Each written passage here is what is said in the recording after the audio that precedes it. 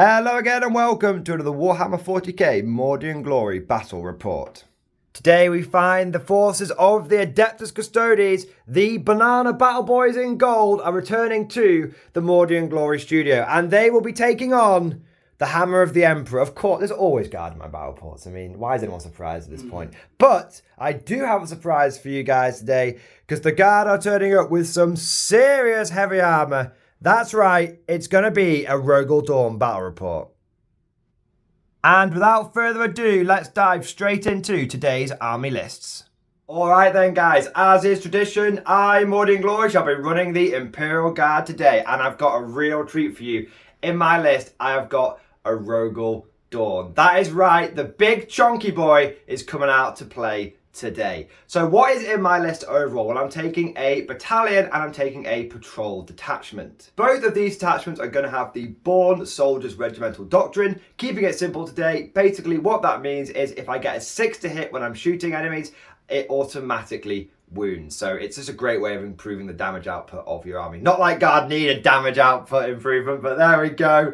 Now, between these two detachments, these are the units that I've taken. So I've got Creed today. Yep, that's right. I am bringing, it's not Lady Creed, I'm bringing Daddy Creed today. I don't have the Lady Creed model, but it's Creed all the same. I'm also bringing another Cadian Castellan, and I'm going to be bringing a Cadian Command Squad. The Cadian Command Squad is going to be armed with the big bullshit Banner of Doom, the Relic Flag. It's also going to have a Medic, a Master Vox, and the officer is going to be armed with a bolt pistol and a power sword. And the last remaining veteran there is going to have a cheeky melter gun as well. Can't go wrong with a cheeky melter gun in your command squad. Gets you out of a sticky situation in a pinch.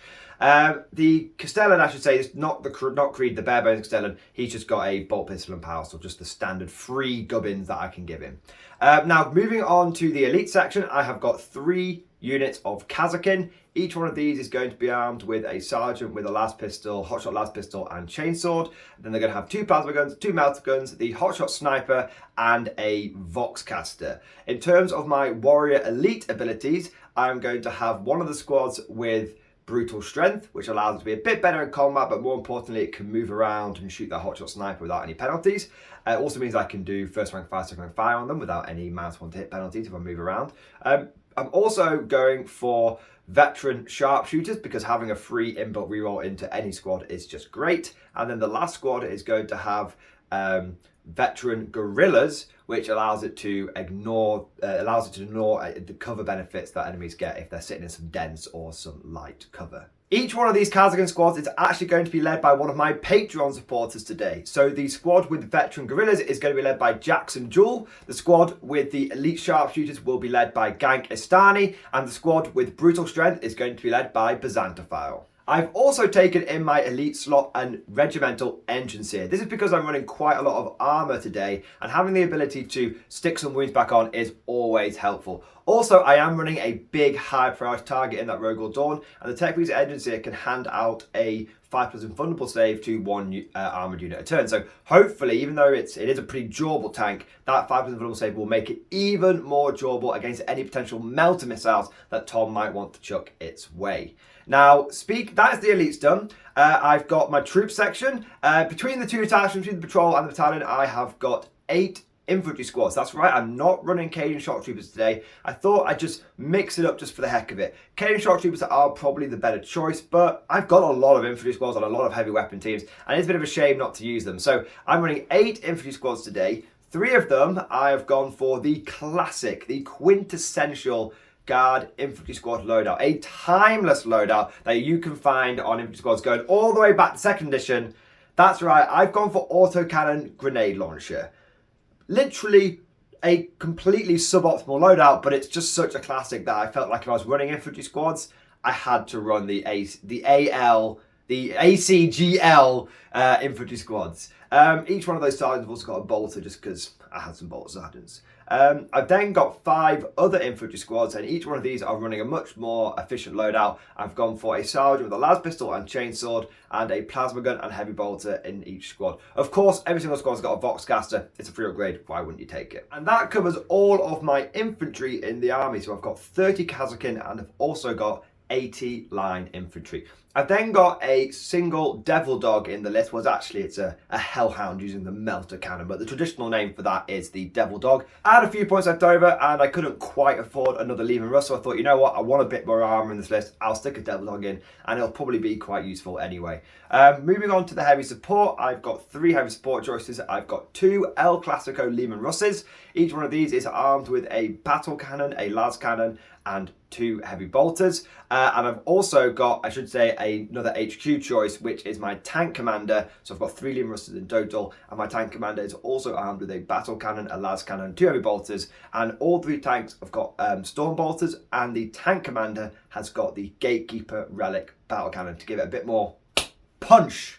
And last but certainly not least, I have brought the Rogal Dorn battle tank. The Praetorian itself is on the battlefield. This is an absolute beast of a unit. Me and Tom were just remarking how massive it is on the battlefield in comparison to a Leman Russ. It is a chunky boy. Now, I've equipped my Rogal Dorn as a Daka Dorn. That means I've given it the Oppressor Cannon, which means it's going to have D6 plus 3, Strength 9, AP -3, damage 4 shots. Everyone that goes through, Scorch Custode. You're gone. You're out. You're out of there every single time. It also comes with a coaxial autocannon, and both of those weapons benefit from the turret weapon special rule, which means the autocannon and the oppressor cannon will be hitting on 3s, not be hitting on 4s. All the other weapons, though, are not turret weapons, and they will be hitting on the base ballistic skill of 4+. Now, the other weapons that I've given it, I've gone for 2 heavy stubbers, and it obviously comes with a heavy stubber, so it's got 3 heavy stubbers in total. I've slapped 2 heavy bolter sponsons on the side of it, and I've stuck the Castigator Gatling cannon in the front of it. All of the Daka, all of the way. I am playing Custodes, so maybe going for that Pulverizer cannon would have been a better choice, but I don't like the list tailor, and in my opinion, the Daka loadout with all the shots is the more take-all-comers sort of version of it. It's a little bit more flexible. I find that the Pulverizer cannon is a little bit swingy with just D6 shots. I have also gone the extra mile on my Rogal Dorn, and I have spent 5 points to give it armoured tracks. None of the other vehicles I've paid for that upgrade. And I've also made it a tank ace, and it's going to be a meticulous calibrator. Basically, it is going to ignore cover, whether it's dense, or if it's light, or if somehow it finds itself in combat and heavy starts coming into the game, it just ignores it. It just no, you don't get cover. You don't get cover against the Dorn. It's so massive that cover dares not get in the way of its shots. That's how I see it. So I've gone for meticulous calibrator, and then I know I've mentioned this through the list, but I'll quickly mention it again. My relics or warlord traits. Haven't got a warlord trait today. I'm not making Creed the warlord. I don't really need the redeploy. I'm mostly taking her so that she can hand out +1 strength to the Kazakin, and so don't need to no warlord trait. And relics, I've gone for Gatekeeper on my tank commander, so it's going to be a souped up battle cannon, and then I've taken the Finale of the Nemradesh first, or more commonly known in layman's terms, the big bullshit banner. That is going on my command squad. So in total, I have got Castellan, Creed, command squad, tank commander, 3 squads of Kazakin, 8 squads of infantry, Devil Dog, 2 Leman Russes, and a Rogal Dorn tech presented here. That's the whole list. That's it. It's not 2,000 points on the note. It's about 10 points under. Hello, everybody. It is I, Thomas, Custodes Tom, Traitor Tom, everything like that. And today I am bringing you the Adeptus Custodes, the Emperor's finest warriors. Yes, the absolute finest warriors of the Imperium. And today I am facing off against the Astra Militarum. And the last 2 times I have faced against the Astra Militarum has not went well. But this time I have high hopes, and also maybe copium as well. Or hopium in that word. So anyway, let's get right into the list. So starting with the HQs, I brought Trajan Valoris. He is the best boy, the biggest boy, the baddest boy. He's amazing. He's there to just buff my Sagittarium units, which I've got in the army, which I'll be explaining later. Gives reroll 1s to hit, reroll 1s to wound. You also have 2 warlord traits, the champion of the Imperium, so he can heroically intervene 6 inches horizontally and vertically. And he also has the Master of Martial Stratagem, so I can change my Katars once per game. Just gives him a bit of flexibility, and as well as gives him a 5 up feel in the pain, I believe, and all the rest of his buffs. He's got so many buffs, I'll be here all day talking about him, but just know he's really good, and if any of them come up during the game, I will explain it. Moving on, I have a Shield Captain on Dawn Eagle Jetbike. He has a salvo launcher, he has tip of the spear, so the salvo launcher is a melter missile, and the tip of the spear gives him reroll 1s to hit and to wound in combat when he charges, heroically intervenes charges. That's what he does. He also has 2 warlord traits. He has Superior Creation, which is a 5 up feel in the pain, making him extra tanky. Basically gives him another 4 wounds, essentially, if you work it out in maths. And then he also has a Radiant Mantle, so he is -1 to hit all the times in shooting and in combat. It's really good, makes him extra beefy and hard to kill, and is really annoying for someone to deal with. So that is him. And he's basically just going to zip around the battlefield trying to secure me some extra few kills and maybe an objective or 2. So, moving on to the troops then. So the troops today, I have 2 5-man units of Sagittarium. They have their Adraphic Bolt Carver, blah blah blah. It's a heavy bolter with 2 profiles on it. So the first one is Assault Free. That's a heavy bolter profile, strength 5, AP -1, 2 damage. Decent, really nice, can't complain about it. And then the second one is extra spicy as well. So this gives his strength 5, AP -3, flat 3 damage on the second one, but I need to be within 15 inches of Tim to do that. And because I'm emissaries today, if I haven't mentioned before, I ignore to hit and to wound modifiers, so even if I advance with these guys, I'm still hitting on 2s and re-rolling 1s because of Trajan. It's really, really nice, and Sagittarium are probably one of, if not the best units in the book, to be honest. Well, they're not in the book, they're in Forge World, but hey-ho, most of the army's in Forge World. And then moving on to the other stuff, so I have 1 unit of bog standard Custodian Guard. They're just there to raise a banner on objective and get into combat with something if they can, which is always nice. And then the other troops unit, I have a unit of 5 prosecutors, and they're there to raise the banner as well and just do nice little sitting on a back objective, which is nice, really nice. And then finally, moving on to the fast attack. Oh, not finally, sorry, I do have heavy support as well. But finally, moving on to the big stuff in the fast attack and the heavy support stuff, I have a unit of 5 Custodes bikes, with salvo launchers. This works really, really well with emissaries because it's a 2 CP strat where I can pre-game move their normal movement, and so essentially I can be anywhere on the board with these guys turn 1, especially if I get turn 1. It's amazing, it's great, it's incredible, we all love it. And yeah, so they've got 5 salvo launches, and they'll just be dishing out huge damage as long as I don't get obliterated by a certain Rogal Dorn that Tim's running today, which is always very nice to do.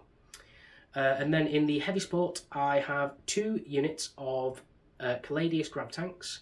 Now these guys don't have the Twin Iliastis cannon today, they are running the heavy blaze cannon because I wanted to spice things up a bit.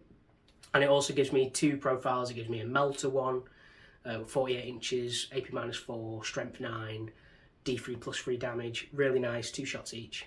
And then the second part of that is a burst, so it's strength 7, 8 shots, AP -2, 1 damage. Really nice. And then obviously I have the Lastron bolters. So either way, they'll be either picking up infantry or picking up vehicles. Very good. And strength 9 is really important today because obviously the Rogal Dorn is toughness 9, which is incredible. And that is my complete army today, guys. So yeah, I'm running emissaries. I start with 2 CP.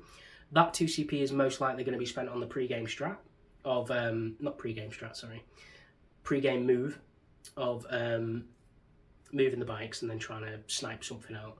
Because here's a sneak peek. I've taken Auric Aquilus, so I'm hoping to get 15 points on Auric Aquilus today. I hope. Tim's not in the room, so he doesn't know. But yeah, and that is that. The other thing I forgot to mention is, as well, sorry, I have a Vexilla. It has Vexilla Magnifica, and it also has the Fulminaris Aggressor, which basically means that if I shoot at something with a unit wholly within 6, or not wholly within 6, within 6 of this unit, the enemy does not gain the benefits of cover, which is really, really nice. As well as this, he has, the bike captain has Castellan's Mark, so I can redeploy 2 units before the battle starts, which is really handy for those bike units and Sagittarium units to get an early advantage. Really, really important you do that. But yeah, that is my army today, guys, and I hope you enjoy the battle report, and yeah, let's get to it. Let's get to the deployment and all the rest of it. The Adeptus Custodes, yes!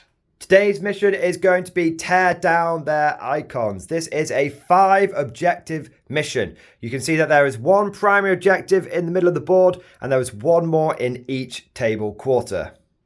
The primary mission scoring is you will gain 4 victory points if you hold 1 objective. You will gain 8 victory points if you hold 2 objectives, and you will gain an additional 4 victory points if you hold more objectives than your opponent.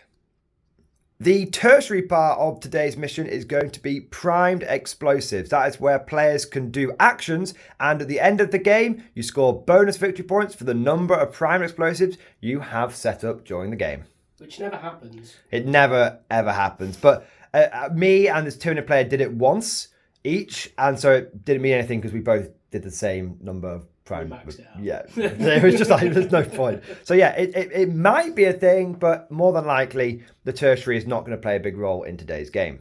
The secondary objectives for both players are as follows. The Imperial Guard have taken boots on the ground, inflexible command, and raise the banners. I've taken raise the banners because we have got 2 objectives that are going to be within easy reach of our army for the majority of the game, and so hopefully that should be an easy 10 points. And boots on the ground is also fairly easy to get 10 points on, which makes it a good objective, and inflexible command is often maxed out by the end of the game. And little sneak peek into the future, if Arcs of Omen leaks are to be believed, it's going to become maxed out at 15 by like turn 3 or something crazy. It's only going to get better. So the secondaries in Arcs of Omen look wild. Absolutely spicy. The secondaries are coming in with the steel chair.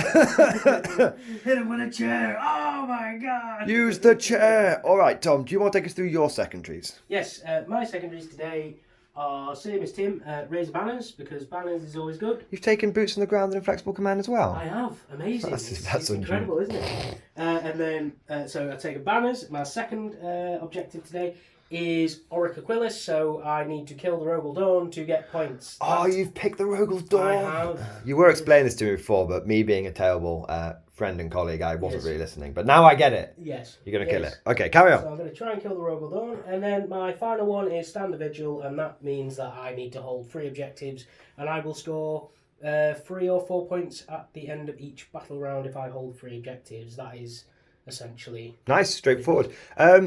You did mention the Custodies ones were getting a bit better in Arcs of Omen. Yes. Do you want to quickly just mention that? Put it this way, guys. If the Custodies get all the buffs and all the secondary objective changes in Arcs of Omen, they're going to be fucking fantastic. Broken? Overpowered, perhaps? They're going to be... well, if everything's broke, then everything's fine. No, if everything's broke, everything's broken. Yeah. But do you think they're going to be top tier again? If they get all the buffs and stuff that they're supposedly going to get, then I think they're going to be top tier again. Nice. So will you find your way back towards the guiding light of the Emperor? You'll be Custodes Tom again and not Traitor Tom. I'm still Custodes. Well, no. Oh, you heard it here, GW. Too much Nurgle, you heard it here, GW. No point in buffing those Custodes. Tom ain't coming back to you. Keep layering on those Nurgle buffs, baby. I have 15,000 points of Custodes at home. So like 4 models? Yeah, basically. So I need to use them. So I can always play. You can always eBay them. My favourite army, so... Are they though? Even if Tim keeps on pummeling me to the ground, like he's going to do today with his stupid Kazakin and his stupid Rogal Dorn, I will still keep playing him. I'll just keep crying. But you bought Votan, didn't you? I do have 2,000 points of Votan. So you are actually not... you are a meta chaser. You say you like certain armies... I've got Nurgle Demons. Nurgle Demons are like Shocking. You're going to see them come out in Arcs of Omen and they're going to become top tier. And I'm going to call you the clairvoyant meta chaser. I think Votan are going to be mid tier in Arcs of Omen, actually. It'll come down to secondaries. That's what it'll come down to. Secondaries are trash. Yeah. Anyway, that is we have rambled on there. We've covered our primaries, we've covered our secondaries. Now let's go over the deployment for both sides. Yes. So the Imperial Guard have deployed in a fairly standard formation. Infantry up front, tanks behind. So we've got a little platoon of infantry on the flank here with some heavy bolters. I ran out of space to put a lot of my guys, and so I realised that at least I might as well have them tucked behind a bit of cover, give them a little bit of increased survivability. And that was also the thinking behind the autocannon grenade launcher platoon. I wanted to really protect my plasma infantry and my Kazakin, so they've got priority behind the buildings. But I don't really mind if my autocannon grenade launcher platoon takes a bit of a turn one pummeling. At least they are behind that barricade. Looking at what is behind the building, though, we have got the Rogal Dorn, we have got one of the Lehman Russes, 3 squads of infantry, and you can see my Tech Priest Engine Seer is there as well. If Tom was going to be trying to kill my Rogal Dorn, the least I can do is to try and repair it and keep it up, keep it going. We've then also got over here the second formation, which is the 30 Kazakin with Creed right in there, and we've also got the tank commander and the other Lehman Russ there. And just cheekily on the flank, because again I was running out of space, the Rogal Dorn it's a big beast. It takes up a lot of space. It's chunk. And so it actually took up the space of probably 2 other tanks when deploying it. Something you're going to need to take into account when you're getting your own one, guys. But fortunately I had a little bit of line of sight blocking terrain over here. So I stuck the Devil Dog behind here because then it would be protected. And Tom's going to take us through his deployment now. So we'll start with these bikes, and then you can take us through where everything else has ended up. Yes, so as you can see, the bikes are forward deployed. The reason I've done this is because I also have Custodes Mark, which means I can redeploy 2 units at the start of the game when I know who's going first. So the bikes and the Sagittarium there are basically just going to sit there. And if I go first, great, I don't have to redeploy. If I don't, then I can just plop them safely somewhere else.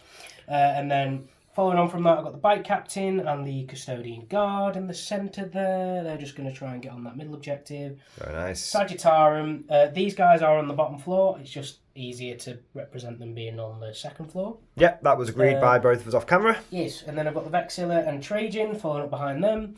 And is he going to make his charge today? He's... Moving on! Moving on. Then I've got the 2 Calades tanks sitting pretty in the back. They're just going to hopefully do some long-range firepower. And finally, the Sisters of Silence. And they're just going to sit there and look pretty all game. Right. And they're hidden out of line of sight at the moment. They're hidden out of really enough sight. And they're not in the building either.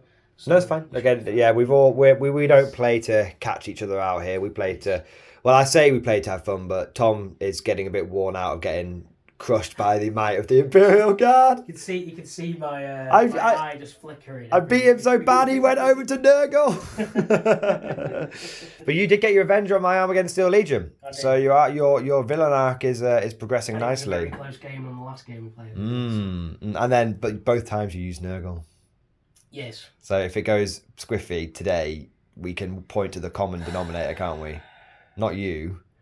Because that's been eliminated. Just beats the shit out of so that is the deployment. I'm going to quickly go over the terrain of the board as well, although it is the same stuff that we always use. But just in case someone's watching our battle reports for the first time. So all of the ruins, even if it's these lower ones down here, all of the ruins, including these big L shapes, are obscuring terrain. That means that they will count as completely line of sight blocking unless you are inside them. Now the ones in the middle don't have any windows, so you can happily jump around inside of those and get some extra light cover. But there is a bit of a trade-off for players who want to go in these L shapes here, and also here, and some of the other ones around the board, because they do have windows. So whilst you would be able to claim a bit of light cover if you go inside them, you will then be able to be seen. So just a little bit of tactical decisions being made there. Always good to add that extra depth to the terrain. So pretty much everything you see here is a ruin, except for we have got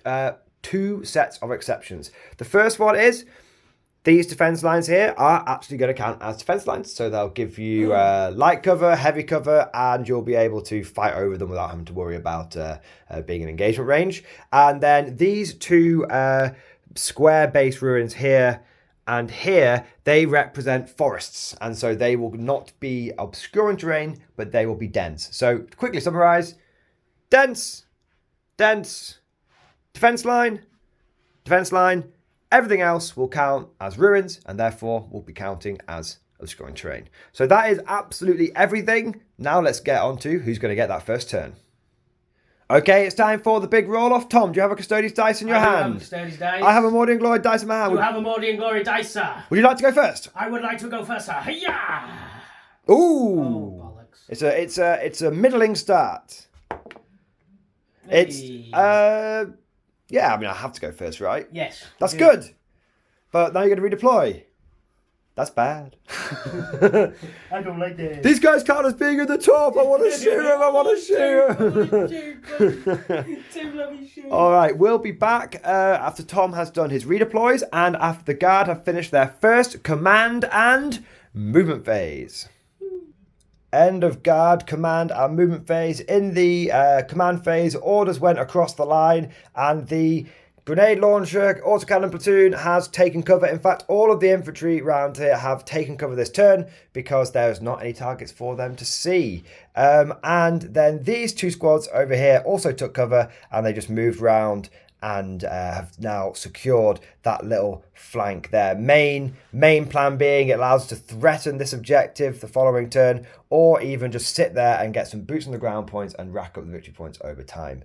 The Rogal Dorn and the Leman Russ have both stayed still there. I have screened them out with as much infantry as possible, and it should not be possible for Tom to get a charge on those vehicles now. It's just not possible. Why not, you cagey bastard?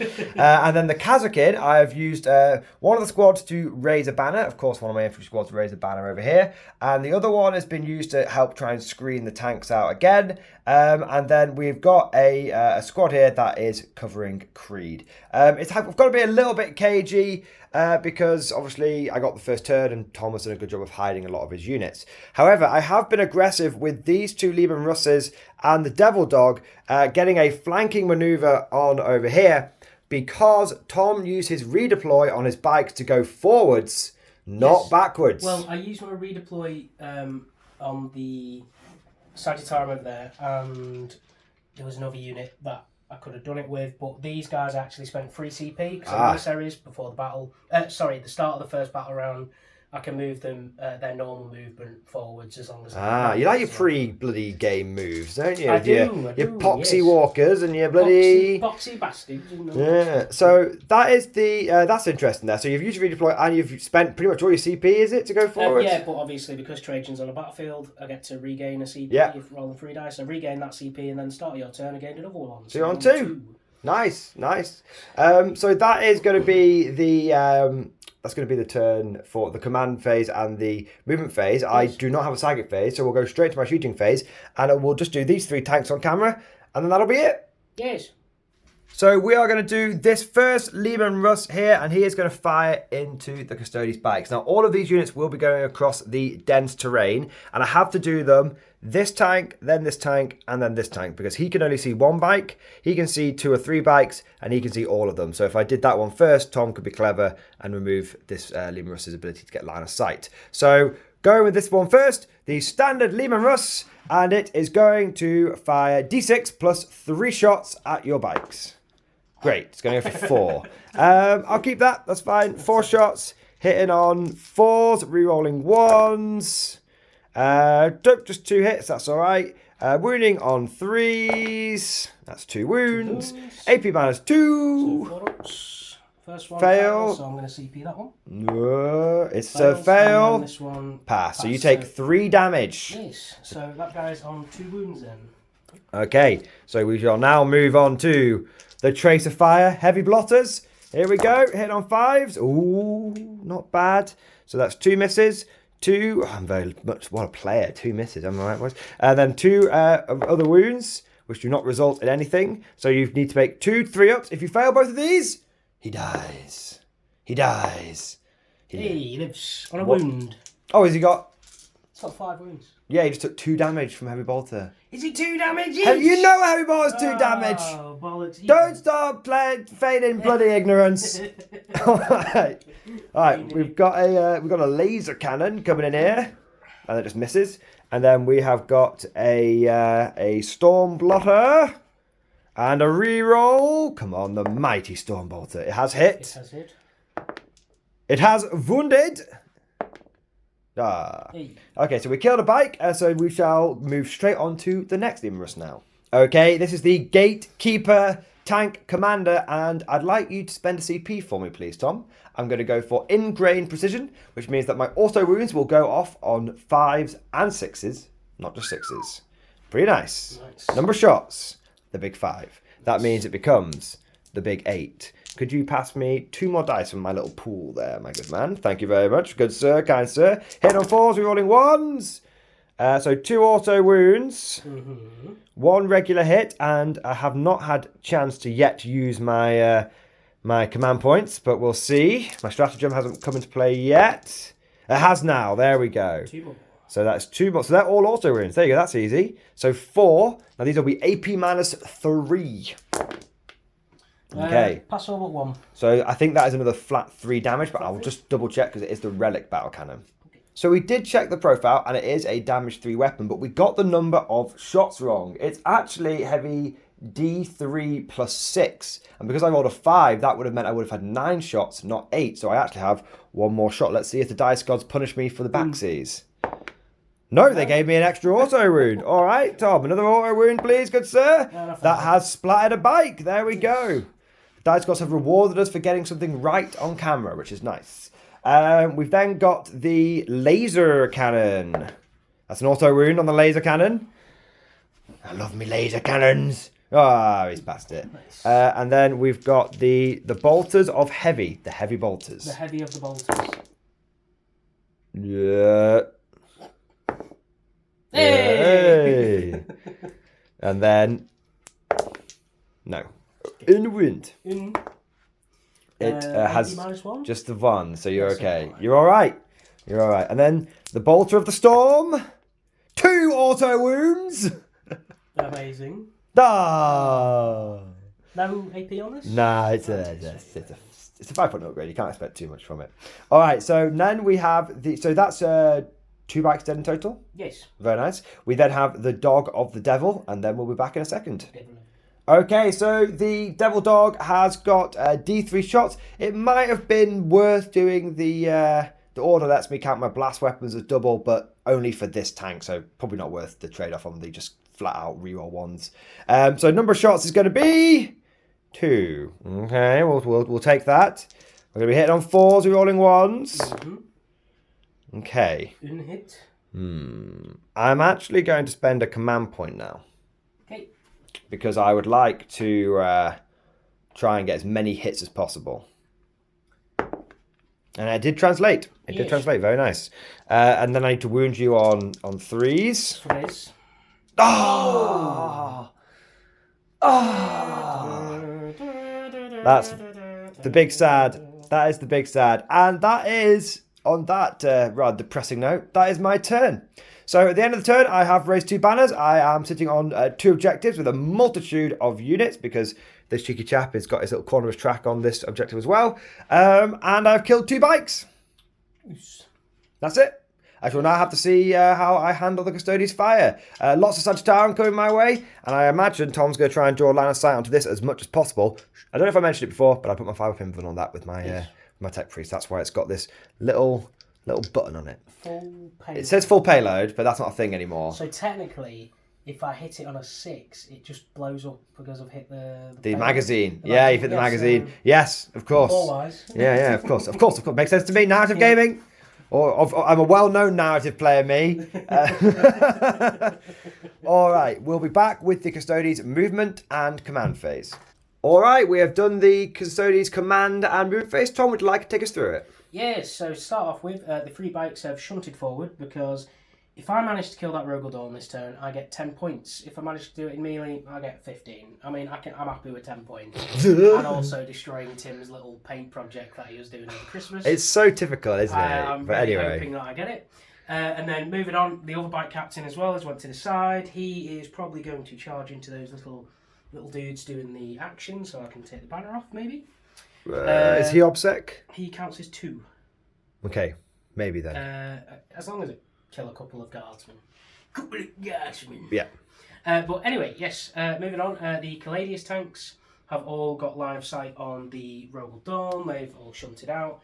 And with their heavy blaze cannons, I'm hoping that they can do something because they re-roll against vehicles as well. This is true. And then the Sagittarum, they've all went forward in a little bit of a death blob. Hopefully going to deal some damage to the infantry squads near the centre and the side.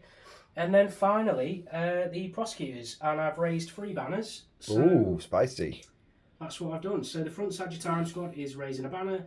The centre Custodian Guard squad is raising a banner. The prosecutors are raising a banner as well. And I can all do this and shoot because I'm in Conservi stance 1 and 2, so I can advance, perform actions, and I can advance and shoot. Very nice. And this also means that the Sagittarum, because I'm in Emissaries, even though they've advanced, they are still hitting on 2s and re-rolling 1s and all that good stuff. All this kind of good stuff. Yes. Okay, so do you want to then go into your shooting phase? Yes. All right, we're back in just a moment. Okay, so Tom is going to start us off with his bikes, and you're going to be firing into the Rogal Dorn. So I'll be hitting on 2s, Yep. and I'll be wounding on 5s. Spicy. Spicy. So hitting on 2s. Very good. Well, that's 1 hit. And see if it wounds. It does not wound. There's your 2. I've got a CP. I'll use a CP for this one. Let's see. Nope. No. So, down It's CP. so tough, man. The Rogal Dorn, baby. All right, the next vehicle, you're straight. Captain is going to shoot into. We'll do that off camera. We'll do everything that's going into Rogal Dorn, and everything else can go off camera. So the heavy blaze cannon from the Custodes tanks is going to hit on 2s into Rogal Dorn. In case I was wondering why I have not smoke screened, I went to, but Tom reminded me that emissaries ignore alt hit and to remodify. It's like having army-wide bullshit banner, which is quite nice. Just to let you know as well, so this Custodes tank is going to shoot his main weapon into this guy and then his last drum into the Kazakin? guard squad. That's Kazakin, yeah, that's fine. We'll do all that off camera. We'll just do the so important bits on camera. 2 hits. 2 hits. Winning on 4s. No. Re-roll against vehicles. You can re-roll against vehicles. That's the first one. No. No. Yay! AP? AP -4, D3 plus 3 damage. Okay, I have a 5+ invulnerable save. Let's go for it.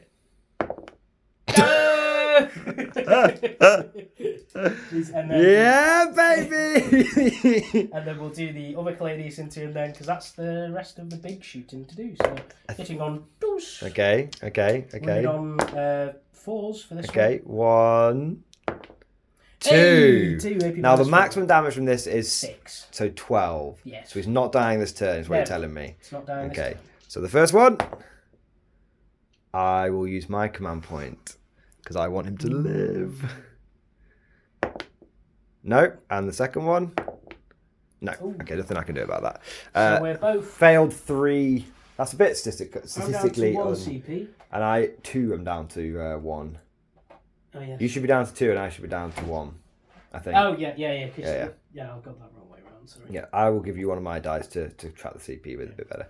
So 2 damage rolls here, baby. Boom. 5 and 4, so 9 damage. Not even half. Nin. No, that is half. Nin. It's got 8 left. 8 left. So you're telling me there's a chance. Has it got 8 left? 9. What's 17 minus 9? 21. No, that's you gone. What? No, it's got 8 left. It's got 8 left. Yeah, I was right, mate.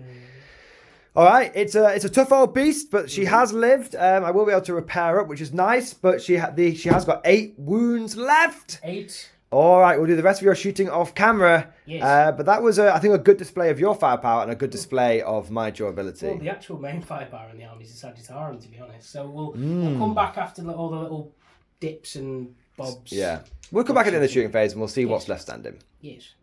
And once the dust had settled, Tom's favourite Morning and Glory phrase. Once they've settled, the Sagittarium have done a pretty good job.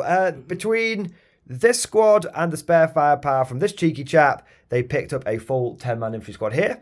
And then this squad here had a great time and it gunned down one of the autocannon grenade launcher squads. And now it is a 2-man grenade launcher Vox squad. Of course, it will have to pass morale, so we'll see if they're even sticking around.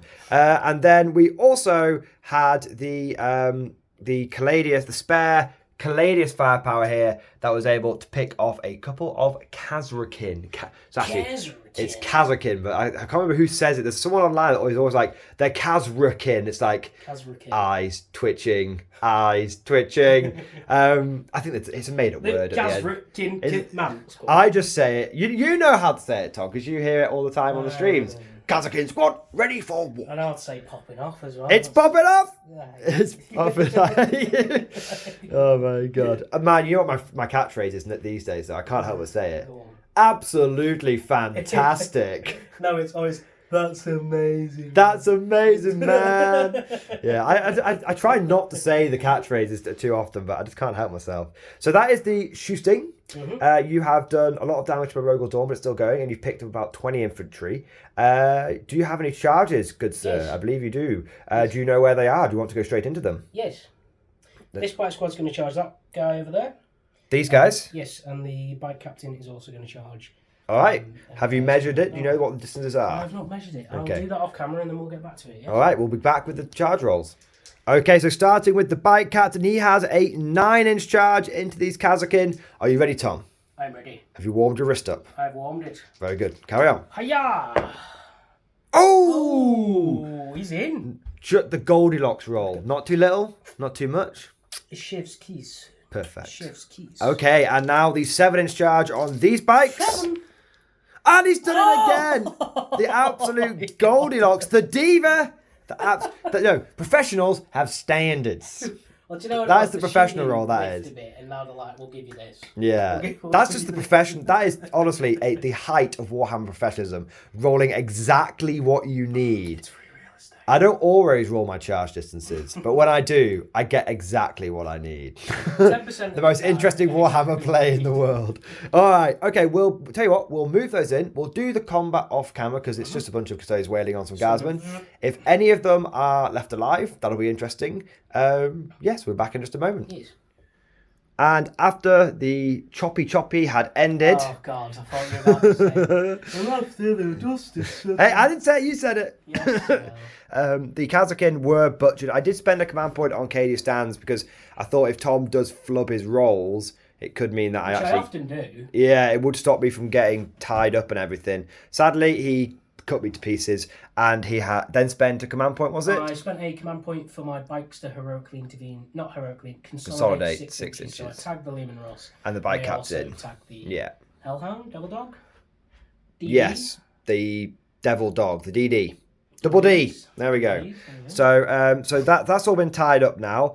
And we'll be going on to my turn 2. At the end of round 1, both players have done a reasonable amount of damage to each other. But round 1 is often a bit of a, sort of both players. It's an alpha strike. Yeah, but we're both kind of exposed now, so it'll be interesting to see if the guard firepower can do what it does.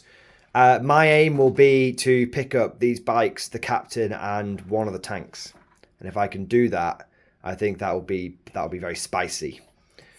Because then you're in the situation where you're going to be getting into a long-range firefight with a bunch of guard tanks, and you, as Custodes, don't really want to be in that situation. So we shall see.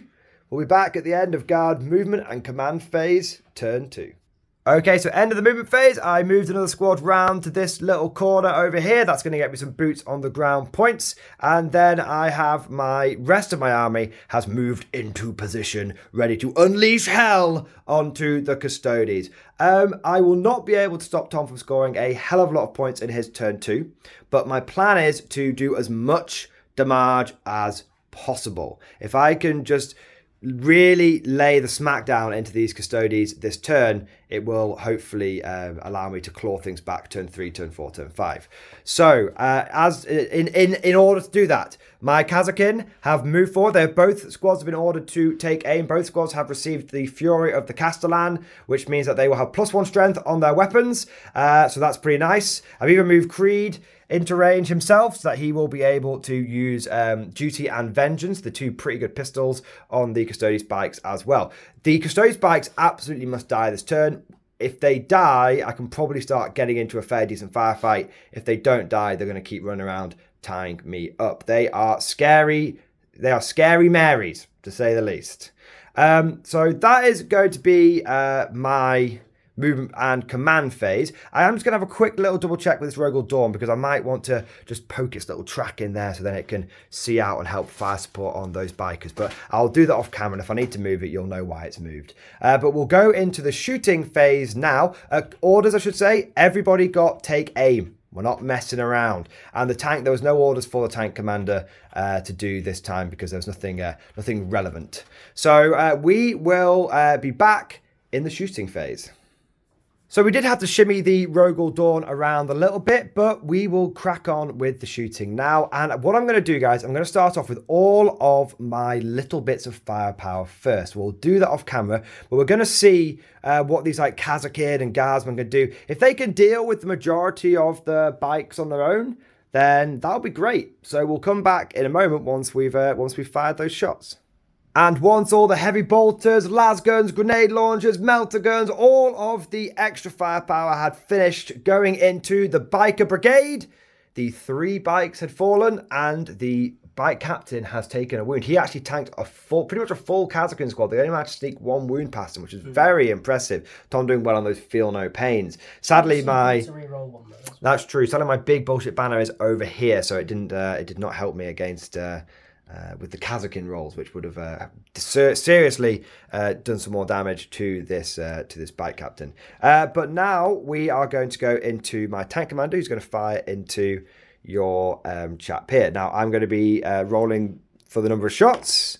So it's 6 plus D3, which means we get 8 shots, which is pretty nice, not going to lie. Now, is he the inbuilt -1 guy? He's the -1 to hit, yes. He's the inbuilt -1. So is it dense cover? Is specifically a -1 modifier? Just out of code. It's just -1 to hit. Okay, that's fine. So hit on 4s. Not too bad. Okay, got an auto wound in there as well. And then we get 2 more wounds. So that's going to be 3 wounds. And each one of these that you fail will be 3 damage. You have your GCP roll already. Mm-hmm. So he's taking 3 damage. So you'll need to do your feel no pains. Ooh, he only takes the 1. He's being very durable. And then so he's got 7 left. 7, yes. Las cannon misses. And then we've got the heavy bolter. This is why you need Vanquisher cannons, because then you don't get saves. Heavy bolter gets 3 auto wounds. Very nice. 3 3-ups. Each one that you fail. Nope, you're okay. So we're going to fire. I do really need to deal with those bikes. If I don't, you'll just keep tying stuff up. So what I'm going to do is I'm going to fire the next Lehman Russ into him as well. Okay, so number of shots from the battle cannon is going to be... this one? Yeah, it's going to be 6 shots. Because you can't fire with them 2 over there, can you? Yes, that's true. Oh, literally no hits. That's really bad. Guys, my dice are betraying me, guys. The Rogal might have to go... The Rogal might. And the las cannons missed. Jesus Christ. I am having a bad turn. I'm going to have to get myself some new dice. It's over, man. I am having a bad turn. I've not had a turn of dice like this in a while. Every single plasma gun, guys, that I shot missed. Every single one on a 2. It's just depressing. So we've now got the heavy bolters. No hits. No. I've literally fired a full Lehman Russ and I haven't got a hit. I've got 2 storm bolts. Like dodging, weaving. Yeah, I've got 2 storm bolts though. The first one from the tank commander gets an auto wound, and the one from the other tank gets a wound. So 2 auto wounds, no AP. No AP, torps. Hey. Yeah, that's fine.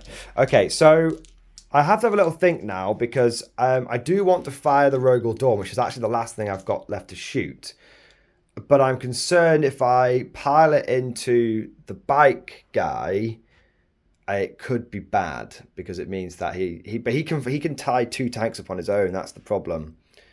I still have my CP. The thing is, he's -1 to hit. That's what's going to really screw the Dorn over. So what I'm going to do is I'm going to spend 1 command point for ingrained precision, and I'm going to accept that the bike commander is going to do bad things to me. And I am instead going to fire my Rogal Dorn into one of your Caladius tanks. Okay. So the number of shots from the main cannon is D6 plus 3 for 8 shots. Okay, that's pretty good. Okay, we're going to be hitting on 3s. I'll shoot it into... Which one? I should have said that one. the one over there. Mate. Yeah, that one can have it. He can have it. Oh, no, I'll shoot it. No, I'm going to shoot it into the other one because I've got a little infantry squad that can help with a little bit of supporting fire. So hitting on 3s or 5s are auto wounds. So 2 auto wounds. Everything else hits. Wounding on 3s, I should say. That is 5 more wounds. Yeah, so 7 wounds in total. These are AP -3. I don't know if you have some invulnerable. No, it's just 5 up invul. 5 up invul. And I will check if they reduce damage or something like that, but I'm not sure. So, okay, that's pretty so good. 3, so that is 12 damage. 12 damage. He's got 14 wounds. Left. No, not left. Bloody hell. I was like, Jesus, what the hell, man? He's got. Okay. I believe he's got 2 wounds left. That's what All right, we've got the autocannon next. 1 hit. Imagine he's got 14 wounds left. Toughness. 7. Right, 1 hit, 1 wound. AP -1. So 4s. You're okay. And then we've got the heavy bolters coming in. So this is all the extra little bits of firepower. So heavy bolters gets 3 hits. 1 of them's an auto. 2 of them are auto wounds. So 2 more auto wounds. 2 4-ups. You need to pass both of these. No, and you've used your command point reroll already. Yes. So it is dead. Does it explode? Let me just check something real quick because he might have a -1 or a feeling the pain on a 6 or something like that. Okay. Okay. I've still got more firepower. Yes, just But pause we'll be it. back in We'll be just a back in 2 second. seconds. It's been taken. So Tom has double checked, and he was getting mixed up with his dreadnoughts. Obviously, Clays look just like dreadnoughts. I mean, I did from a say to him distance. that I don't think he has it, but I'll just check just in case. Because if he has 14 6 up, feeling the pains, I mean... It might kick in. It might kick in, yeah. kick in. No, seeing you how you roll bloody feel no pains, man. I know, yeah, it's good, isn't it? It's good, isn't it? Yeah. so that's a good little display from the Rogal Dorn. He has taken on his first tank in a tank duel, and he has won. I think of it as a big Matilda tank, but you said it's like a tiger. Yeah. This is the tiger tank. They're the Panzer IVs and Panzer IIIs. It's huge when you look at it in person. Yeah. I was like, oh my god, I thought it was just as big as like a Lehman. Nah. And then I was like, looked at it, I was like, fuck. It's a chunky boy. It's a chunk. So these two rapiers of Custodes tanks have come in and have like tried to do this this perfectly exquisite maneuver against the door, and it's just gone, turned around and gone, have it. Just given it and just headbutted one of the Custodes. Like, this warfare is most ungentlemanly, and the Rogal Dorn's like, true life and a day in the life of a true Emperor Geezer. Of a true Rogal Dorn geezer. True Rogal Dorn geezer. So that is the end of my turn. At the end of my turn, I will get some victory points for... I'll get 3 victory points for flexible command, and I will get 3 victory points for boots on the ground, and I will get 1 for my banners. But I will, beginning of your turn, you will get 12 prime victory points. And you're on 4. Yes. So we'll be back at the end of the Custodes movement and command phase, turn 2. Okay, Tom, take us through your turn 2 movement and command. So, Bike Captain has moved up to flank the Rogal Dorn. He can shoot him, and then the plan is to basically charge into the infantry squads. Either one, depends what happens. And also the tank. He's just going to sit his arse on that objective there. I forgot to move the Custodian Guard. I'll do that in a sec. That's fine. But the Sagittarium and stuff, they've moved up, they've advanced. They're just going to try and unload into either the Guardsmen or the Rogal Dorn, because... Wherever their supplementary firepower's needed. Yeah, because I'm in Rendax, so 6s to hit, automatically wound. So that might be come in handy with the Sagittarium. Volume of fire to chip that bad boy down. Volume of fire. Get round its toughness 9. Yeah, pretty much. And then the Vexilla and Trajan have just moved up just to basically shoot a couple of the Guardsmen. That's basically about it. Yeah, that's just out of curiosity. Yes. You know that the Sagittarium are my favourite Custodes infantry. Could you run if you were to take like half Sagittarium, half like sword and board guys? How much would 250 points? So you could take like 50 of them. So 50. You could take 50 Custodes infantry with a couple of characters and make a death ball if you wanted to. Yeah. So I've got have a foot list. 15 Sagittarium. That's nice. So I can run like... Are they elites? No, they're just troops. So I can run like 15 Sagittarium around Trajan, which is it's cool. Yeah. You know, but then you have to lock yourself into emissaries, and then you also have to lock yourself into the Fulmaris Aggressor with the Vexilla, so that they don't benefit from light or heavy cover or anything like that. So, Are they Forge World? Yes, Okay. they are Forge World, and they're real Forge World as well. So you know my wallet hurts. No, yeah, no, yeah. So no Forgery World here. Literally, I think each for 5 Sagittarium, not including the Warden box that you have to get with it or whatever. It's 30 quid for the guns, Wow. and then it's like another 25-30 quid for the actual models to put the guns on. So it's pretty expensive. So if you want them, you've got to be dedicated to it. You got to want them. I ended up getting them just because You love Custodes. Yeah, it's cool. Yeah. Cool. All right. Now we'll go into your Sure. shooting phase. So as per what's fast becoming tradition, we will do the stuff that's going to shoot the Rogal Dorn on camera, and the other bits can go off camera. It's quite a simple battle report. It's pretty, isn't it? Simple as, mate. Simple as. So you're going to go with this cheeky chap first. Now there's still no point in me being smoky. Nope, because I am emissary. Carry on then. So he's hitting on a 2. Bloody hell, he hit. And he is wounding on a 5+. A 5. It is a no. Misses. I'm going to CP it. Might as well. The classic 1 into a 1. The classic 1 into a 1. The classic 1 into a 1. Down to CP, so we'll change that in a moment. And then the Caladius over there, so he's hitting on 2s. Ooh, that is a miss. There is no rerolls available. The Dawn is looking pretty chunky. And then that's a wound. That is a wound. Now, we know it's AP4, so we know that we're on a 5-up invulnerable save. I have failed. Would you like to CP it?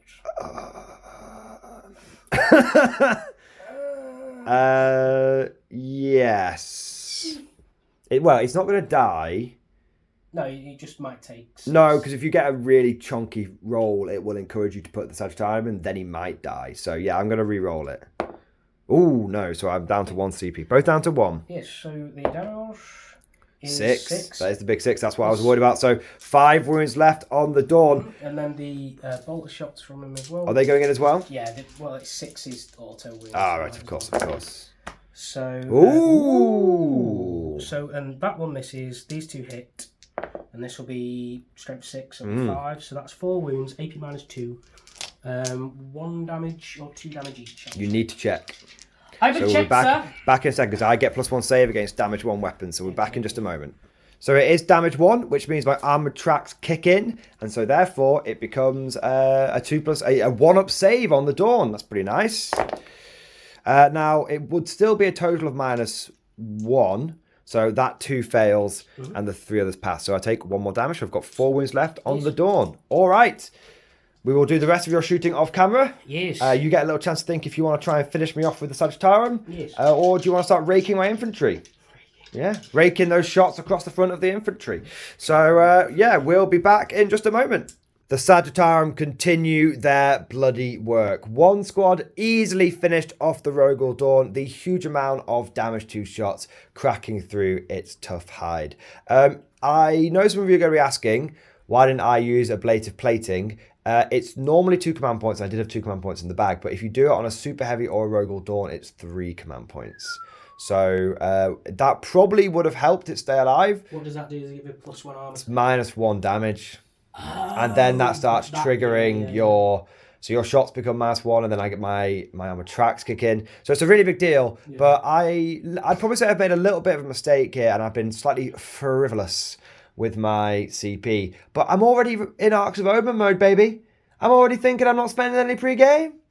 That's the problem, baby. 6 CP, baby. 7. I'm taking a Lord Commander, baby. I'm starting with 7, baby. So I think that's, I've made a mistake there, and it's always good to highlight where you make a mistake so, people can learn from it in the battle report. Don't do what I did, kids. Stay in school. Anyway, so then you also shot up another one of my infantry squads and wiped it out. So Sagittarium doing well. They can kill tanks and kill infantry. They've got a good tally to their name so far. What we're going to do now, guys, is we're going to go into the charge phase. Tom, do you want to tell us what charges you're doing? Yes, so I'm just going to attempt to charge with the Vexilla and Trajan into That squad there. That squad, because this guy, sorry, should literally be on top. Oh, don't worry about that. Yeah, that's fine. You declared it. And then the Custodian Guard squad over there is going to charge the front 10-man unit there. And him? And then he is going... I will have a think about that off camera. Okay. Well, I'll tell you what we'll do. We'll do it all off camera and we'll come back with a summary, charge and choppy phase. Yes. And once the blades have stopped rising and falling, the blades of the Emperor, one might say. The blades of the Emperor. But not the Blade Champion. But not the Blade Champion this time. The Custodians did okay. The Custodian Guard squad here, quite frankly, whiffed. I've never seen someone roll so many ones. But even so, they still cut 5 of them down, which is not too bad. But then in return, we got the old Rattly Shank out and fucking dipped one of the Custodians and did a wound to him. So that's not too bad. And then over here, I did spend a CP for Cadia Stands. And that was really helpful because it meant that I only lost 4 Custodes. I wish. 4 Kazakin. And that meant that all of my special weapons are still intact. I did lose the Voxcaster, but as they're going to be babysitting Creed most of the rest of the game, shouldn't be a problem. So that is the end of the Custodes turn 2. Ooh, it's been a spicy game already, yeah? The end of turn 2? Let's just go into my turn 3 now. So, okay, yes. I will. So we'll be back in the guard command and movement phase. Yes. So end of guard movement and command phase. I have move blocked with my 10-man infantry squad here, delaying the advance of the Sagittarum. I have then consolidated my remaining infantry forces into the Alamo, and we're going to try and whittle down these Custodian Guards here. If a Shank can get them, hopefully some plasma bolts can. We've then also moved the Kazakin squad here, and we've given them the take aim order from Creed, and then we've given them Lord Castellan's Fury, so they've got +1 strength, and they're in range of the big bullshit banner. Again, this is on the bottom floor, not on the top floor. And so hopefully this time, without a hit modifier or feel no pain, this Custodian Bike Captain is going to feel a bit more fragile. If he does decide to put up a bit of a fight, I've got 2 tank commanders that can shoot, a tank commander, Demerus, that can shoot out the bums into him there, and they're also able to put some firepower down onto this tank here. Speaking of this tank, I have moved squad onto the objective, taking it off it because I'm OBSEC and it's not. And then we've also gone for a bit of a cheeky maneuver down here. Tom thought his backfield objective was safe, but I think a couple of turns of devil dogging might actually do some have a good bit of a threat to that thing, which is pretty nice. So we shall see. If he comes off it to try and tie me up, he won't be holding his objective. So either way, I win somehow. So in terms of points, Tom is in a commanding position at the moment, but if I can get a good bit of damage output this turn, it will allow me turn 4 and turn 5 to start bringing the points back. Beginning of this turn, I believe I was holding 2 objectives, so I would have got 8 victory points. I would have got a banner point, lots of inflexible command, lots of boots on the ground. So we're looking all right on the points for me, but you just had that big turn 2. We'll have to see if you can do a big turn 3 and stuff like that. Yeah. But what we're going to do, guys, is we're going to go straight into the guard shooting phase. We're going to do the Kazakin on the commander, on the bike captain here. And depending on how that goes, we'll probably do the rest of the guard shooting off camera, keep it nice and short and sweet, and do a bit of a summary. So we'll just get some dice together for the Kazakin. Be back in just a moment. Okay, so we have spent 1 command point for overcharge. Last cells, we are hitting on 2s. We are re-rolling 1s. Let's see what we can do. Let's go. Okay, so that's 2 auto wounds, which will also do 2 mortal wounds to you straight away, and you won't get a feel no pain against them. And then everything else is going to hit. I do have, this is the veteran gorilla squad as well, so it's not going to matter, but they would have ignored if you had any cover. And then we are going to wound you on 5s now. Now that is another mortal wound and a wound in addition. They will not wound you, and this is a reroll. No, so you have now got 3 armor saves to take. AP? AP many. One more goes through. So in total, you will take 4 damage. Okay, so he's down to 3. Down to 3 wounds. All right, we've then got the Hotshot Sniper Rifle. And that is a hit. And it is not... Oh, no, strength 5. Not a wound. T6. Yeah, not a wound. Okay. Then we've got the Plasma Gun. 2 hits. And the other Plasma Gun. 2 hits. And then one of those is an auto wound. And the other wounds, all wound as well. So this is 4 wounds. Bear in mind he's on 3 wounds here, guys. So 3 4-ups, I believe, or whatever his invulnerable save is. Oh, he's dead. And that is what should have happened to him last turn, but I didn't have my big bullshit banner in range. That's why when I shot like a full Kazakin squad, it was like, I've done a wound. Yeah, done nothing. I felt really miffed, but now I understand you've got to have that big bullshit banner around. So that is the Kazakin squad. We're now going to fire all of these little bits here into these Custodian Guard, see where we land, and we might do a couple of other tanks on camera, but if not, we'll be back with the summary. Silence finally reigns across this battlefield at the end of the Guard turn 3, and my, did it become a painful one for the Custodes. After the Bite Captain was unceremoniously cut down by the Kazakin, it kept getting worse from there. I think it was the single tank commander just blew up your tank there. It was this tank here. Yes. He fired over into your tank, and the battle cannon alone just did like 15 wounds and just killed him. Yeah. I had warmed up a little bit with the Devil Dog, but he wasn't needed. And then in terms of the rest of my shooting, all of my little scraplets, my little infantry squads, command squads, so on and so forth, with take aim, we're just able to just hose down those Custodes there. And then it became a case of let's squash the Sagittarum. And my 2 tanks over here were able to fire. I was like trying to be really clever about avoiding the dents, and Tom went, I've got a Vexilla. I went, oh, fuck's sake. So my 2 tanks just fired through the dents. Didn't worry about it, and were able to kill the majority of them. And then the cheeky little infantry squad here picked up the last one.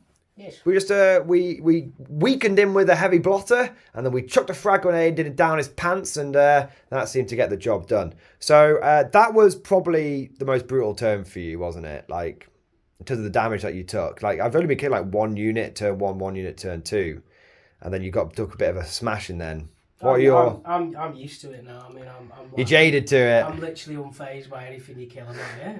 He's like a jaded cop. Just wait. He's waiting out that pension. That's all he wants. That's all he wants. I'm not even shocked by it anymore. Yeah, you are remarkably composed. Have you spent the last 2 weeks over Christmas like being like zen? Like, I will will get more than 2 hours 35 minutes sleep. Yeah, I will. There's still things I can do. So. Oh yeah, 100%. You're way ahead on points as well, and you're still going to, whilst I've done a lot of damage, my army's a bit slow, so it won't be able to whip around the board as much as I'd like it to.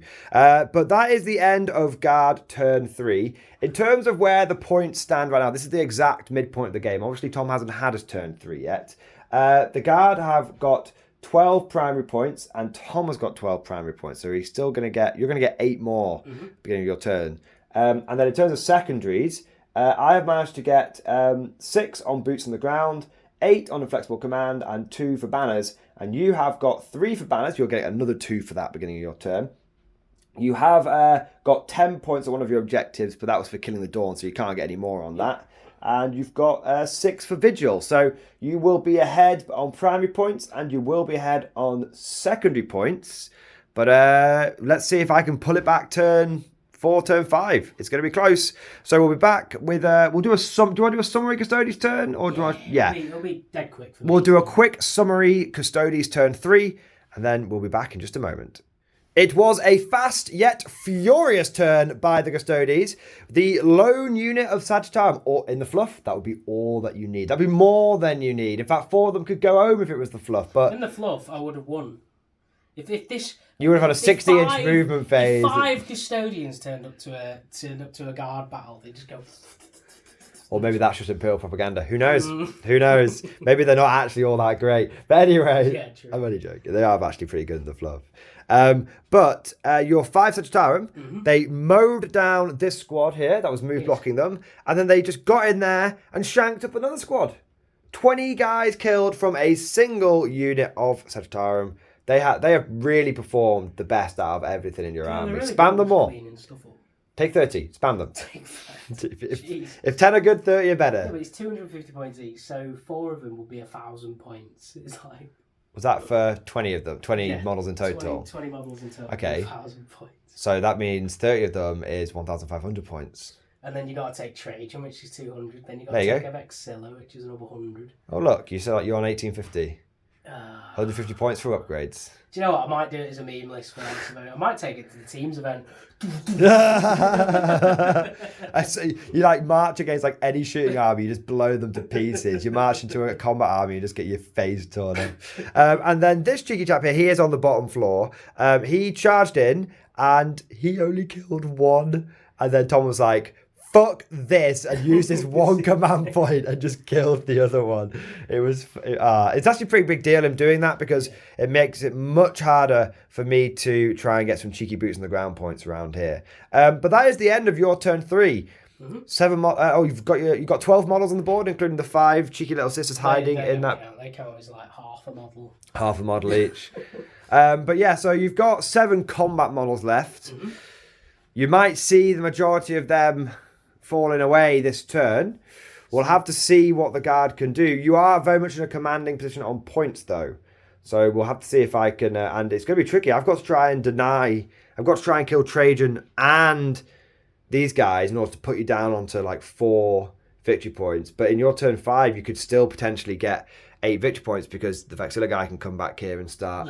You can score at the end of the turn, so you actually are in a really, really good position, even though you are getting kind of battered on the firepower front. Right now, like all my Alpha Strike units just dead, so I was like, yeah, that's fine. And the Caladius are meant to stay at the back of the battlefield, just peppering things, but yeah, the issue is all the Lehman Russes have like a 1,000,000-inch range. Yeah. So I might as well just throw them forward. I have said this before, this is the sort of closing comment on this term, but people say you don't need more than a 48-inch range. 72 is excessive. 48 range is enough until you get into a battle with someone who has a better than 48-inch range, and then suddenly they can shoot you, and then you have to kind of expose yourself to shoot them, and it actually becomes quite important. So it is cool to have those extra layers. On the Caladius, it would be 72-inch range. But anti-infantry, right? It's sort of a mix of both. So it's strength 7. You don't want that. 8 AP minus 3, 2 damage each. If you've been shooting strength 7 guns with that Rogal Dorn, it'd still be there. Yeah, true. But saying that, all you need to do is fail a couple or pass a couple of invulnerable saves and you're fine. That's true. Just pass saves, bro. Just pass saves. Just pass saves. That's just roll 6s, bro. All right, so we're going to go into the Imperial Guard turn. We'll probably do it as a bit of a summary, and we'll be back in just a moment. So once the dust is settled, there are even less Custodes on the battlefield, but they have not all been purged from this combat. So Trajan does have 2 wounds left. Tom was forced to use his moment shackle to keep him alive. He was taking an absolute pacing and was making loads of saves and feeling no pains. And then I had a cheeky hotshot sniper rifle come in from this Kazakin squad, and I got a straight 6 to hit. That meant that it counts against 6 to wound. She did a straight up mortal wound on Trajan, which, because the Kazakin were near the big bullshit banner, Tom could not do anything about. Then he had to make his save, and he failed his save. That would have killed him. But the moment shackle came in, and he passed his save. So Trajan is still around, which is pretty spicy. That makes a big difference. I made a slight mistake here, guys. I was too cagey with this little autocannon team, and I just sort of said, I'll just shove it on the back of the objective and it'll be fine. And then I said to Tom afterwards, like, hang on, that autocannon could have killed him. I'm not going to move it, but let's just roll it out to see if it would have. And it would have killed Trajan. So there you go, kids. There was absolutely no reason for me to be cagey with the autocannon either. There was nothing that could have threatened it. I was just being lazy, maybe, or overly cautious. And the Devil Dog killed 2 sisters. Yeah, that's the last thing I was going to say. But I did make myself feel a bit better because the Devil Dog melted one sister and then flamed another sister. So it did all right. Obviously, he'll need to do a bit better than that next turn to take you off that objective. But for now, it is what it is. So interestingly, basically what's going to happen there is Tom will still start with 8 victory points. Mm-hmm. And because I didn't have anything that could realistically move on to the central objective, I won't get 12 in my turn 5. So 9. Bit of a shame. But I might be able to pick up an extra few victory points if I can prime some explosives in the final turn. We will have to see. So that is my turn 4. Commissar Catcano has come to oversee the closing stages of this combat. We're going to do a summary turn for the Custodes, and then we'll probably do a summary round 5. And that will be that. We'll spend a few minutes doing some final thoughts. How Tom feels getting his Custodes out after a few months of playing Death Guard. And that will be that. So we'll be back in a few minutes. Yeah. All right, so we've done turn 4 for the Adeptus Custodes. Tom, do you want to take us through your turn? It was pretty quick. Yeah, so first off, I made a mistake on Tim's turn. I was meant to heroically intervene into those guardsmen, but I didn't want to interrupt the flow, as they say. So I spent a CP to make him heroically intervene 6, and then killed 5 guardsmen, I think, or 4 guardsmen. Yeah. Don't know. And then on my turn, then I fell back and also spent a CP on martial discretion. I think that's what it's called, and gave him stance 1 of Conservi just so I could raise a banner on that objective. And then that also made me get 3 points for Stand the Vigil. Pretty good. That's all I needed to do. And then also, while I'm here, I might as well shoot some bolter shots into that and bolter shots into them. All right. While I'm here. So there we go. 2 from Trajan into them, and 1 wound. Okay. I was not expecting this. I thought we'd had our fun with the dice rolls. I thought it was a summary turn.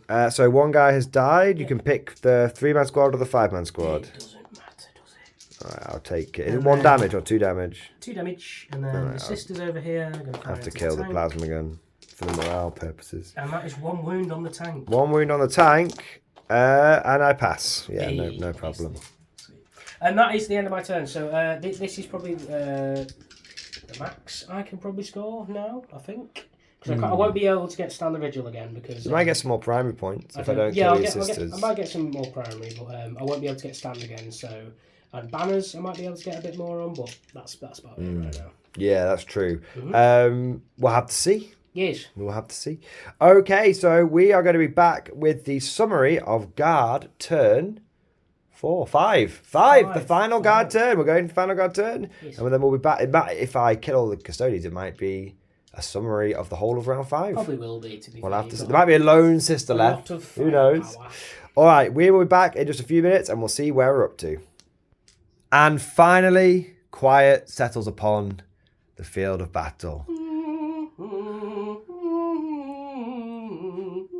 Another soldier has fallen in the defence of the Ravina.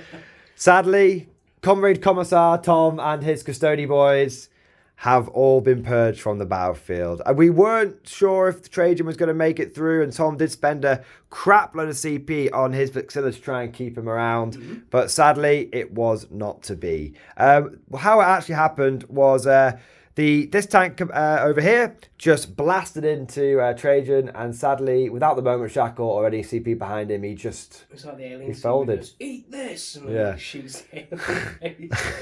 And then I gets acid all over. It's like Trajan's bloody. I like to say, I just like the idea of the tech priest just turning to like the platoon commander, going, "I like to keep this for close encounters," and just looks over at the Rogal Dorn, and the commander's like, "What's wrong with these guys?" One of the community posts I have made is to do with Hicks, where he's got the... I like to keep this for close encounters. I love that scene, man.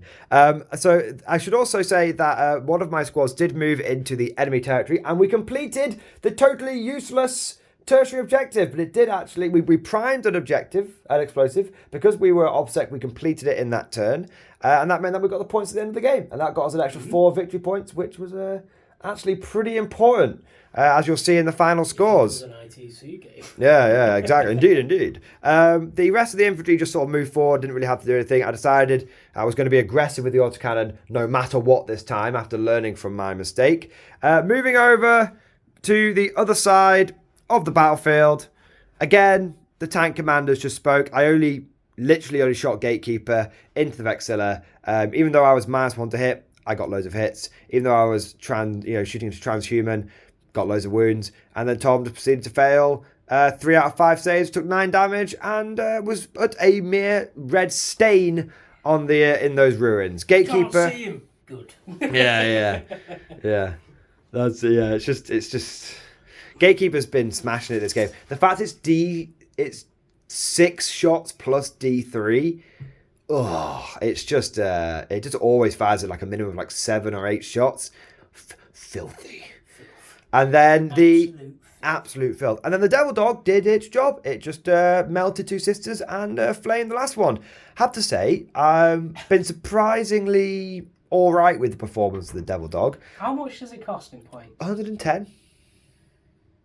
It's not great. It's not terrible. It's not great, not terrible. 3.5 Rottigan. It's 3.6 Ronkin. Yeah, exactly. I tell you what, I feel like I finally sort of got to grips with how you're meant to use it. It's not meant to be a line battle tank like a Lehman Russ that sits there pounding on the enemy. You're meant to take just one in your list and just shoot it up a flank and just have it piss your opponent off. Like at the end of the day, if I'd taken another Lehman Russ, let's say I had a regular Custodes instead of Creed and I'd used the points to get an extra Russ, I would not have taken that backfield objective off you.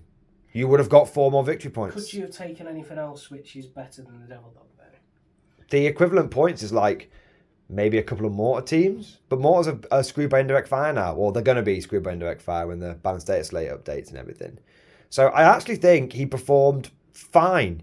I think I could easily swap him out for something, but I wasn't disappointed by him. Like, if it does its intended role, it's good. It's like my sisters. I take them, they're 60 points. It's like, well, yeah, they're shit, but they're just going to stand on a back objective doing an action. That's all they're good for. It's one of those, like, if it does its job, great. If it doesn't, didn't really break my list. If it does it for 5 turns, it's like basically 4 points over 5 turns, my sisters. Yeah. So it's like, and then obviously you get, 5 more points if they have a banner. So it's like really, really decent. I mean, if you add up what he did, turn 1 he melted a Custode. Yeah. Turn 2 is tied up. Turn 3 he I think did some pot shots into that thing. And then turn 4, turn 5 he killed unit sisters. So he killed a bike and 5 sisters and did a bit of damage. Yeah, he killed more than his points were. Yeah. It's not too bad. Like I said, he wasn't an outstanding unit, but I feel like I've personally learned how to use him, which is 1 in your list, send him up a flank, and have him as a harassing, annoying thorn in your opponent's side. That's how I think you should use him. But that's how the final turn went. Then obviously Tom had unfortunately nothing left on the board, but he did still have 2 banners. So you did score 2 banner points at the beginning of your turn 5 and at the end of the game. So you didn't get nothing in your final turn, which is pretty nice. Right. I kind of expected everything to die in the final turn anyway. Yeah, that's true. Right. It's why. So the reason I brought this list is because turn 1, if I can go forward deploy, 14-inch charge. Smash. Until I told you that I had that strat, you had your Rogal a bit more forward. Yeah. And if you'd left it there, it would have been dead turn 1. Yeah, I almost moved it out as well, yeah. And then I would have got 15 points for Aquilus, because that's 6 melt shots plus everything else. Obviously, I whiffed a bit this time, but statistically, as well as them getting into combat, and then I spend 1 CP on them so that they're wounded on 2s now. Yeah. Into them, so it's whatever. Starts getting a bit tasty then, yeah. A bit spicy, so it's the point of taking our Aquilus with emissaries. You just go foot the board with a really expensive unit that's going to get you 15 points. Yeah, absolutely. We'll come back to those in some final thoughts in just a moment. Let's just cover the final score. Yes. So in the end, you got 28 primary points. A bit lower than we were expecting, but you scored nothing in turn 5, which kind of, no prime points in turn 5, which kind of made that happen. And then I scored, I think it was something like 33 points in my primary, which was, I scored 28 points as well, but then I got 4 points for the primary explosive, so I got 32 points. And then on secondaries, you ended up we scored very similarly on secondaries, and so the final score was 71 points to you, including painting score, and 77 points to me. The objective I struggled with the most was banners. You actually did perfectly okay in every single one of your objectives. 12s on Vigil, 10 on Killing the Dawn, and 11 on banners. What I've always said about Custodes in this sort of meta at the minute is they can only score 70 to 80 points per game. Yeah. And that's like their limit. Yeah. Unless like you absolutely destroy your opponent, which is very rare at this point. But if you're going against equal people, it's like 70 to 80 points. Yeah. So it's like they did the job. It's just obviously I can't outscore somebody, and obviously maybe I should have been a bit more reserved on a couple of things, but I didn't want Tim to use the Rogal Dorn too efficiently, so I just went for it. You saw what it did, man. You one turn, it without even breaking a sweat, picked up one of your tanks. If you had gone too aggressive with it, I would have picked up one turn 1, picked up one turn 2, and then you have got that damage 4 bad boy just slinging rounds down left, right, and centre. I think you pounced on it when you had the opportunity to do so, and that was absolutely the right move. It made the game. It meant that I had to pull it back turn 4, turn 5. If you'd left it on the battlefield, I would have had turn 3, turn 4, turn 5 to pull things back. So the score would have been a bit different, I think. You need to bring 3 Rogal Dorns next time. I think 2 Rogal Dorns and a Lord Commander Solar is the no. So you're going to take 3. Oh, okay.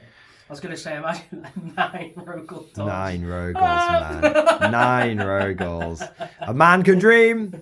A man can dream. All right, so what we'll do is we'll have a couple more final thoughts. We'll be back in just a moment with those, and then we'll wrap the game up. Yeah. So my final thoughts are, well, my MVP is going to be my Gatekeeper Tank Commander. It was very reliable, always put out a lot of damage, and was pretty good. I didn't really have anything super exciting in my list. Everything kind of just performed how it should have done. My dice were a little bit up and down, but nothing special about it. I think if the Rogal Dorn had survived a bit longer, it would have been the most exciting unit on the board, but for me. But as it was, I had to rely on my trusty old reliables, my old faithfuls, my Lehman Russes, my infantry, and my elite troops. So there you go. Not to crack the Rogal Dorn though. Yeah. T9 is. It's wild. It's even my strength 9 Custodes is like only wounded on 4s. I'm like, yeah. Oh my God. I think I had a glimpse of how powerful the Rogal Dorn could be. I think like with anything, if you just put one in your list, it'll get picked off. So I think for me, if I was to drop a Russ and a Devil Dog, I could fit another Rogal Dorn in. Then that would be spicy. I'm doing the American Psycho. Sigma, like, ooh yeah. Ooh yeah. Yeah, Sigma Male Guard Commander. So that's sort of my final thoughts. In terms of mistakes, I think I did make a few little mistakes throughout the game. I think most of that was just due to carelessness, like, I just won't move the autocannon, or, I won't bother moving forward. I feel like I was maybe overly cautious. I've been trying to be much more aggressive in my games and not worrying about casualties and just focusing on points. And I feel this game, I was playing it too cagey. So I've got it. It felt like I'd sort of slipped back into a bad habit. So I think I'm going to try and, force self to not be, holding the line, gun lining, but force self to be more aggressive, push forward. If things get tied up, it's not the end of the world. If things die, it's not the end of the world. Big points all the way. Big points the best. Hold the line all the time. That's my final thoughts. Mm-hmm. So, Tom, what are your final thoughts? MVP and any mistakes? MVP... Any lessons learned, we should say. Would probably just be the Sagittarium. I think they always do well. They're so efficient in the Codex. Like they are the best unit, I say, in the Codex in Forge World terms of efficiency, especially when you say emissaries. I think they're really, really good. Worst unit was just Trajan. Trajan's like not performing with me in any of the battle reports, but that is because I tend to use him more as a support unit for the Sagittarium. But yeah, mistakes in that game it's weird because when you play Custodes, obviously you've got no trading units, like you can't trade with your opponent, and with the guard, it's like they have so much chaff that you have to get through, and then you have to also face all the firepower and stuff. So yeah. I feel like you either have to go super aggressive and hope and pray, or hope the dice gods give you some good save rolls. Yeah, or like, but it's just a lot of finesse with Custodes, which obviously I played them for a year and a half. Like only played them for like a year and a half. Like only that army. So it's like I do think they're super weak at the minute though, but Arcs of Omen looks to be buffing them quite nicely. So I think the issue with Custodes is if you buff them a little too much, they become broken, and if you nerf them, they become super weak. So we'll see what happens in Arcs of Omen.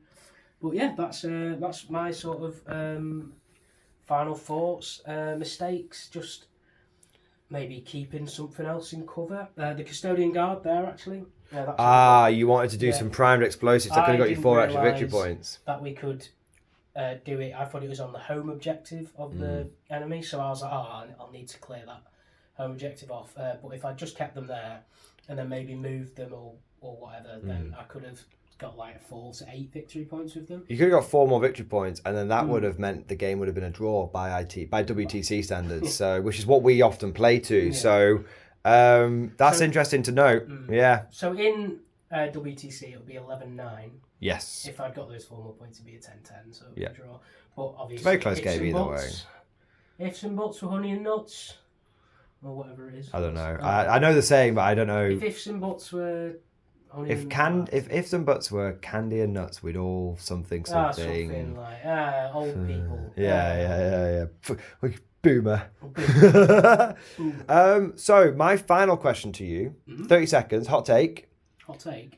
Traitor Tom or Custodes Tom? Which one? I love playing Custodes, but which did you enjoy?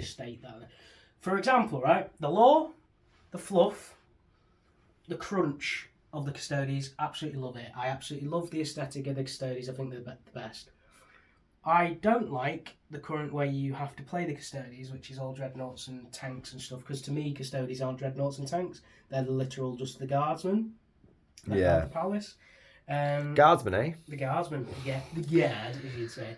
But yeah, I think they're super weak. No, that's soldiering. And I think they're getting inflated a lot by dreadnought spam lists. Yeah, skew lists, yeah. And when someone told me, they have a 52% win rate, I'm like, well, what? A subsection of it has a 52% win rate, yeah. What lists are they running? Oh, it's 9 dreadnoughts and like 2 Caladius tanks and Palace Grab tanks. Yeah, those are the ones. Okay, right. Yeah. But yeah, so hopefully Arcs of Omen buffs them. From what I've seen of the buffs, I think they may be a little too strong. If everything's broken though. And that's coming from a Custodes player, but yes, that is my all-round final thoughts. Very good. Job done. Very good. Awesome. I mean, great to have you back on the channel. We've obviously our viewers won't know this, but we've had 2 weeks off. We obviously did a big filming session beforehand so that these guys didn't miss out on anything. But it's good for us to, Tim and Tom slinging dice again, back in the battle bunker. Flower pot man, back in the battle bunker. Yeah, absolutely. I hope you guys enjoyed this battle report. It was good to have a classic, what's fast becoming a classic Guard versus Custodes matchup. Fingers crossed, Arcs of Omen will be out soon, and the next battle report you'll see Tom with all his fancy new updates and upgrades, and apparently Inflexible Command's getting pretty good for the Guard as well, so maybe it'll be, we're both getting a bit of a boost, and it'll be a bit of a more even fight. If the buffs are what I've heard, just expect to have a bunch of Custodian Terminators on the channel. For the I'm ready. I'm ready. All right, yeah, we'll call it there. Hope you guys enjoyed today's battle report. Thank you for watching. If you did enjoy it, make sure you smash that like button and also subscribe to make sure you never miss a battle. And if you really enjoyed our content and you want to go the extra mile when it comes to supporting the channel, then please consider becoming a channel member or Patreon supporter. It really does make a big difference, guys. The sort of reliable support that we get from our Patreon supporters and channel members allows us to do this thing without the fluctuation that ad revenue and other sources comes with. So it does make a big difference. Also, you get access to the Morning Glory Discord, which is it's gone up a bit. It's almost 900 active members now. It's popping off. It's always popping off in the MG Discord. There's always, honestly, it's such an active and fun and friendly community. There's always people to chat to. And you can chat to myself and you can chat to Tom in there. We're both obviously in there. All right, guys, I hope you enjoyed today's battle report. Thank you for watching. And of course, as always, I'll see you guys next time. Bye.